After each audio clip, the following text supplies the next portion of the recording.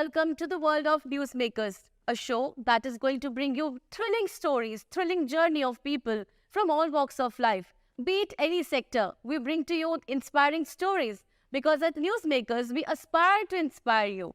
Hi, I am Simran Nagpal, your host for the entire series of the Newsmakers. And today on this show, we bring to you not just one newsmaker, rather two different newsmakers who are going to share their success stories. To begin with, we have a very dynamic personality who has helped startups to upscale and level up their business. We have with us Mr. Rajjat Gulati, who is the co-founder of Plutos One. Hi, sir. Welcome to the stage of Newsmakers. It is a grand stage, it is a grand platform, and we welcome you here. Thank you, Simran. Thank you for having me. Sir, I know that you're the co-founder of Plutos One, but there must be a journey behind you. How has it been? Okay, thank you for that question. I'm completely here by lucky accident and several lucky accidents. This was not planned. My journey started, if you talk about my education, I did my normal engineering from Delhi University, went and did an MBA at IIM Ahmedabad, and there it was that I knew that I wanted to do something with startups, but I wasn't sure what. So I sat for placements but I knew that I'd only be at my job for a limited amount of time. Once I knew what it is that I wanted to do, I would quit. I started my career, got my placements at Castrol, worked as a management trainee and then as a brand manager. And I started getting interested in food and restaurants and service. And over time, I decided I wanted to run my own restaurants. So quit my job. The day I knew I wanted to run my restaurants, quit my job, came back to Delhi and started working in a number of restaurants in Delhi. And on the side, started teaching maths at a CAT Prep Institute. Okay. Had a lot of fun doing that. Finally partnered with another friend of mine from IIM, and we ended up running a chain of coffee shops for about 4 years. So in Delhi and Gurgaon. Had a lot of fun, but circumstances were such that it wasn't a very profitable business. We shut it down. I went to work for another startup in the fan engagement space, live sports and fan engagement, and worked there for 2 years. Then went to India's largest edtech firm at the time and became the head of their product. Did that for just over 2.5 years.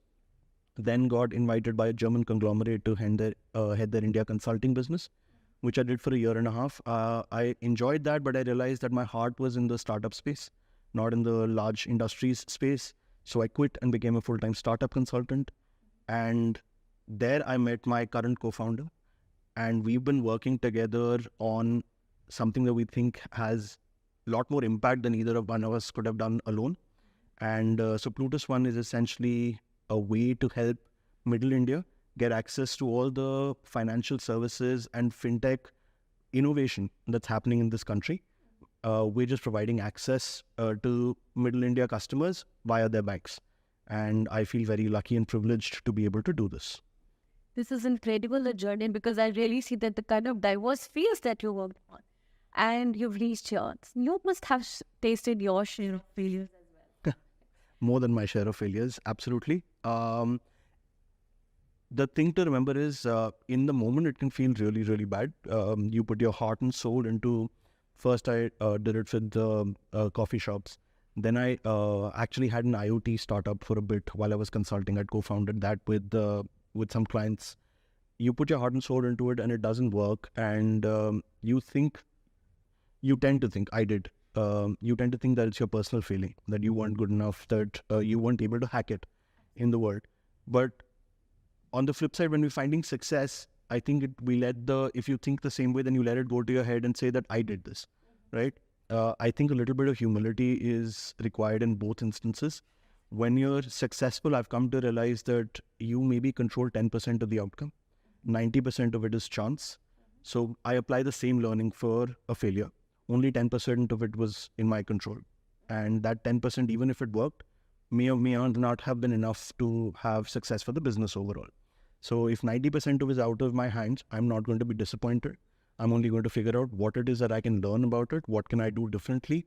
But even my failures have been fantastic in terms of the connections I've made, the learnings I've learned, my very, very diverse sort of history has led me to meet the kind of people that I would never have met. And it's from them that I've derived a lot of value. My current co-founder is somebody I met because I was doing something strange at the time. He was in the media space. I was cooking in restaurants as an IM grad. So we sort of ended up at the same place together, and we reconnected after a few years, and that's how this business came to be. So I don't think anything gets wasted. If you don't treat it like a setback, it's all investment into your future. Absolutely.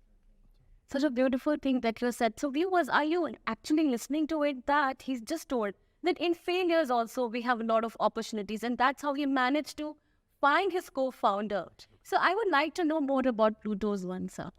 Sure. So the first time I found out that India has 2,000 plus banks, it blew my mind, right? Sitting in Delhi, you can maybe think of 30 or 40 banks, and you can extend that to say there are maybe 100 banks in India.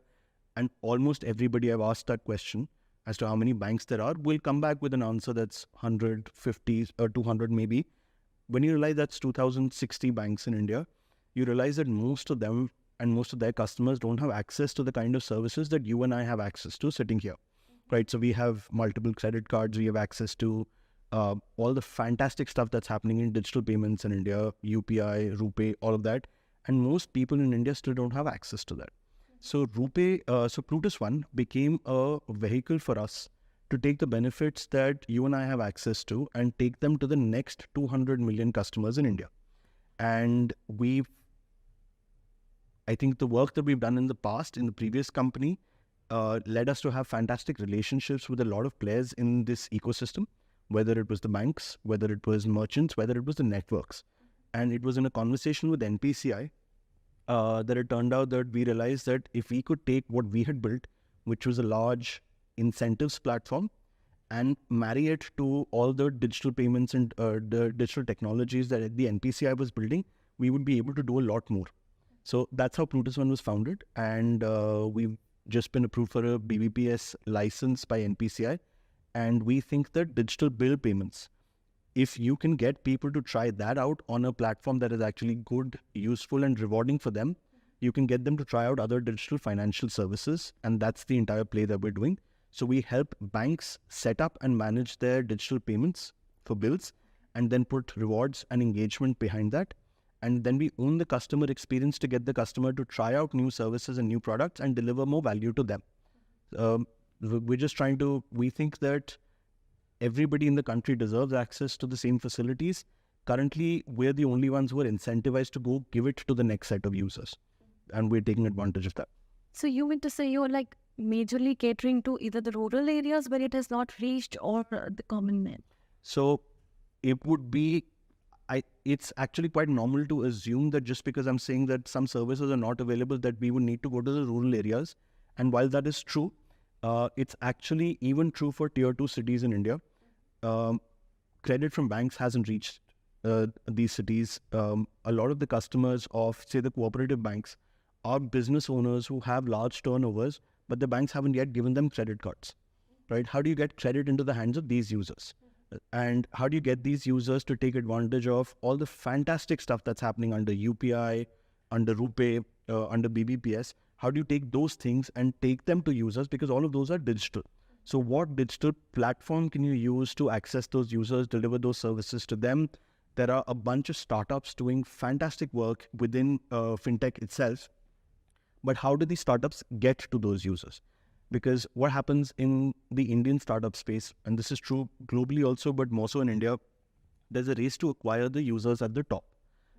Every startup is trying to acquire the same top 5% of users by, say, income in India. And what's happening is below the 10th percentile, nobody's actually serving those users. If I were a new fintech today, my investors would tell me, look, you have to go after that profitable customer straight up. It doesn't matter what it costs you to acquire that person, own that customer. Sure, but how do you get to then the 11th percentile, the 15th percentile, the 50th percentile? Nobody has an incentive to acquire that user. That user is already sitting with their bank. So if we can unlock the value within India's banks, and every day I think about it, it boggles my mind the amount of value that's lying locked with India's banks. If we can just unlock 2% of that value, 3% of that value, I would feel that our work has been done. That's what we're trying to do. That's incredible, sir. This is something which is not known to a lot of people, and it's such a news for me as well. It was news for me when I first discovered it. So, yeah, I would really be wanting to know that about your investors, the company that investors have.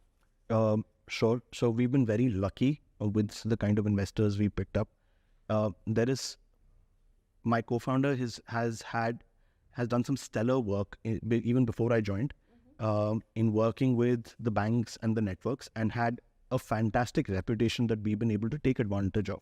We built a lot of our business on his reputation, and in taking that reputation first to NPCI, who's given us a license on that basis, and then taking that license to a lot of our network, extended network, friends and family, we've been able to raise money there. I feel very lucky because of the network I've had. My first two investors were the group CFO for PNG India, the gentleman called Gautam Kamath. I told Gautam in a phone call that this is what I'm doing. He's like, I won't be able to understand, but if you're doing something, I want to be invested. Right. The second investor for us was the president for Uber Southeast Asia and India, Prabjit. Prabjit is also a dear friend. Gautam and Prabjit both said, no questions asked, here's our money, do what you will with it. And when you get those kind of names on board, then getting the next set of names is much easier, right? And I've had some fantastic friends who've lent their names and their money to the platform. So one of our earliest investors was the ex-managing partner for Blackstone in India called Neeraj Mohan. Neeraj is a dear friend, and Neeraj's name carries gravitas that even mine doesn't in the industry. Several times my gravitas. And with him came Akash Chaudhary from Akash Education. We've had the vice chairman at Shriram Credit join us, and we've had some fantastic investors. Our entire ethos behind raising funds from angels was to get the good names, and we would not worry about the money. The money would come. Thankfully, India is that kind of market where, despite the funding winter, money is available. It's reputation, it's credibility that you're trying to build. And our investors have been a major chunk of that credibility for us. So we're very lucky that way. So now, viewers, you know that what are the advice has been given to you by Mr. Rajjat Gulati. You have to keep that in mind. And yes, remember, teamwork makes the dream work. Thank you so much, sir, for being here on the show and enlightening us with your knowledge.